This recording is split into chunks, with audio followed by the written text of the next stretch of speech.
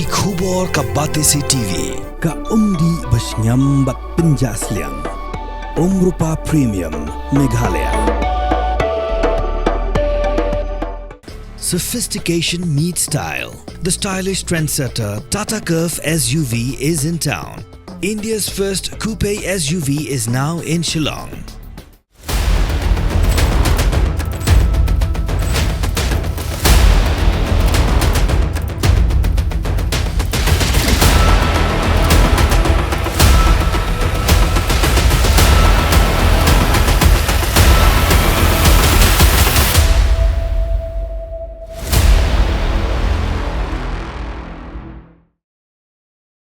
Confederation of Khasi Jaintia and Garu People Western Zone hakar penyotor unai wing arajar posau klami syakmat banjing persya yang jeng terwaju MLE kejiran constituency ubak sustainable soton bandrakno industrial estate number nihat syajirang hadir maglami kejeng persya kebajur nagi patba no sosnong ban penkela ya ke conservation training institute keberan bernihat syak industrial estate.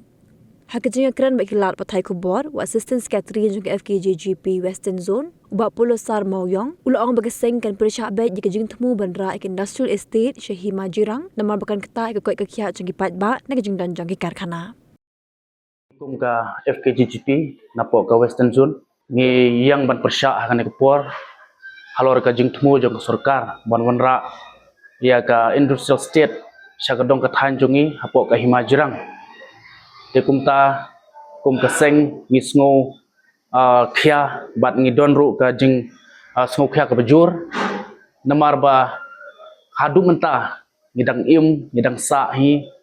ha ka jeka ka ba pengat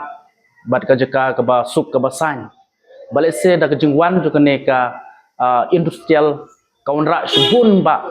ka jing sneu bat ka jing kta ru ya kal air ka kta ru ya ka meriang hamtam ya ka khia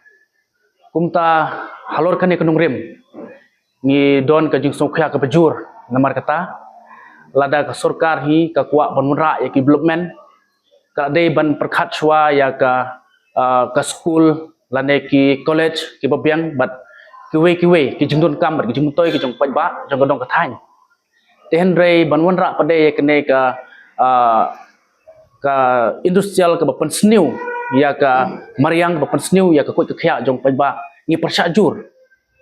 bat ngim kwa aru ba ka dong ka than jongi kan long kum ka wei ka most pollution town kumbala pau ha ka bernihat te ngiru kumta ngi persya halor kane bat kum ka seng hi nang ne shikmat ngin budin halor kane ka benta ba lada ka sarkar kam shim ya ka wei ka sinjam lane lada ka sarkar kam snap ya ka jingdawa jongi tengemot ngimban se ban budin bat ban le bade dak wei ka lat ka bakham tenge.